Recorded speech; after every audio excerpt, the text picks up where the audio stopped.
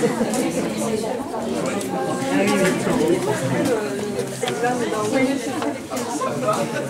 crois que plus collé, il faut rentrer dedans.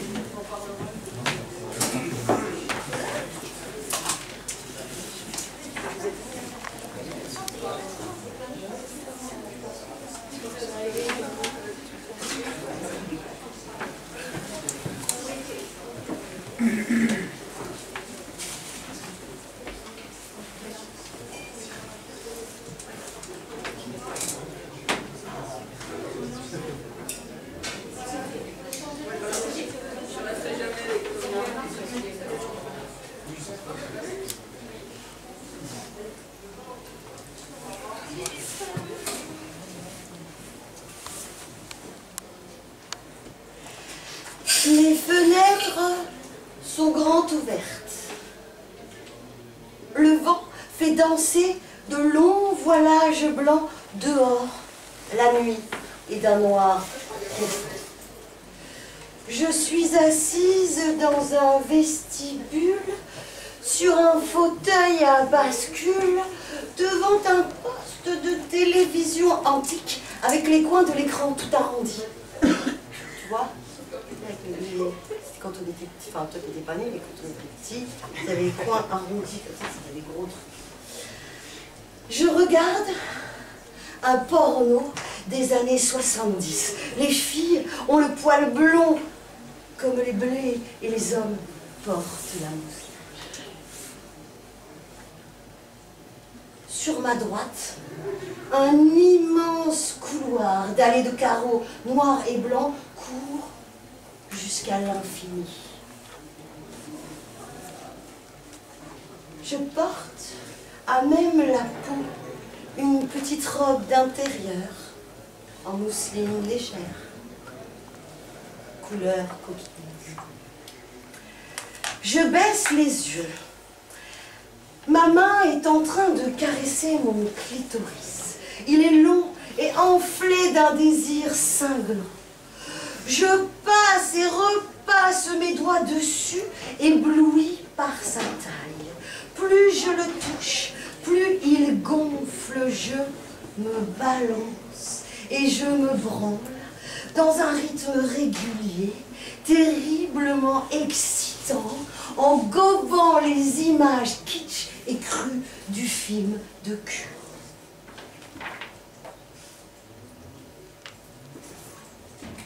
Ma chair, sur le rocking chair, déploie toutes ses antennes. Mon sexe continue à grossir. Je le tiens maintenant dans ma main. Il est long, épais, cambré, je le masturbe frénétiquement.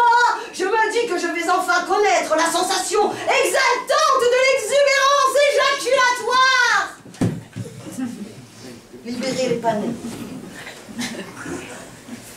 Pouvoir marquer mon territoire, baptiser le monde avec mon sperme.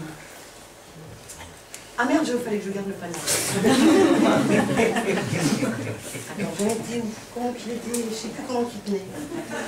Parce qu'il faut qu'il tienne pour la suite. Hein. Chaton. Il a... Ça me rassure le chaton, t'imagines pas comment ça me... Oh, comme ça me rassure le côté là. Oh, trop bien. Alors, on était où? Putain, j'ai coupé dans le truc un peu érotisant. Ou... Pardon, chaton. Alors, attends, je me reprends. C'est... Ah oui. J'agite encore et encore mon membre. Je le décalote avec la vigueur d'un enfant qui explore un nouveau jouet. Je découvre alors que mes bras se développent, eux aussi, à vue d'œil. Mes biceps triplent de volume, la peau se tend, les veines s'impriment. Mes deux bras. Mes deux bras deviennent forts et imposants. Un rire étourdissant sautille le long de mes vertèbres. Vous voulez rire avec moi? Il y a la truc, ça s'appelle la rire thérapie, non? Allez, rigole. Comme ça s'appelle l'interactivité, le public. C'est riche en échange, tu vois. Alors, ah oui, alors... J'ai maintenant la sensation de la barbe qui pousse sous la peau de mes mâchoires. Mes seins vont-ils devenir pectoraux? De ma main libre, je les palpe.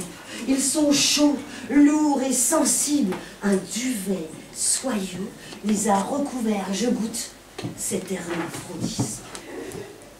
Je bénis cette métamorphose. Les sensations sont puissantes. Je me trouve belle, je me trouve beau. J'ai envie de tétons qui durcissent sous ma langue. Envie de la chaleur moite d'une petite chatte sous mes lèvres et d'un vide puissant entre mes fesses. Envie d'être prise et de prendre en même temps. C'est sur cette pensée-là que j'éjacule.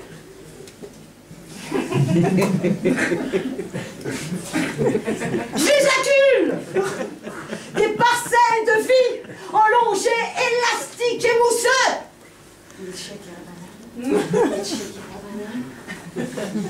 Je dirige mon membre comme un pompier manipule sa lance, accent lorrain.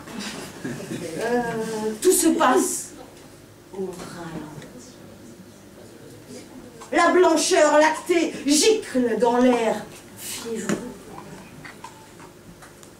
Le caisson en bois du petit téléviseur, ah oui, le petit téléviseur, du petit téléviseur dégouline de ma substance. Vous avez parce que j'ai coupé la phrase, alors que la phrase était bien ensemble. La blancheur lactée gicle dans l'air visqueux. Le caisson en bois du petit téléviseur dégouline de ma substance. Je tourne la tête. À hauteur de mes yeux, suspendue à son fil, une araignée pleure. Impuissante devant sa tristesse, je sens mon sexe disparaître au creux de ma main. Tout mon corps rétrécit. Je suis maintenant debout, en costume noir, sur un carré blanc du couloir interminable, à côté de l'araignée qui pleure. Elle fait à peu près ma taille, enfin moi la sienne. Ses pattes sont velues comme celles d'un ours. Dans ses grands yeux, je vois un chagrin incommensurable, le fameux besoin de consolation impossible à rassasier qui définit le genre humain. Je lui souris avec tendresse. Elle agite ses mandibules. Elle semble vouloir me parler, mais je ne comprends pas ce qu'elle me dit. Ce n'est pas grave. Je l'aime. D'un amour fort et résistant, comme du matériel militaire russe. C'est pas de moi. Noir Boy Georges. Attention, parce qu'on est à Metz, donc pas qu'après on croit que je kiffe des trucs.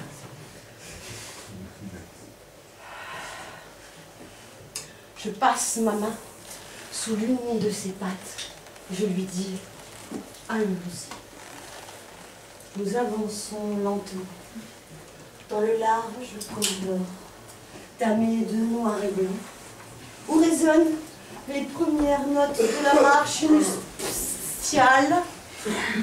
Le long voile blanc qu'elle porte s'étale derrière nous.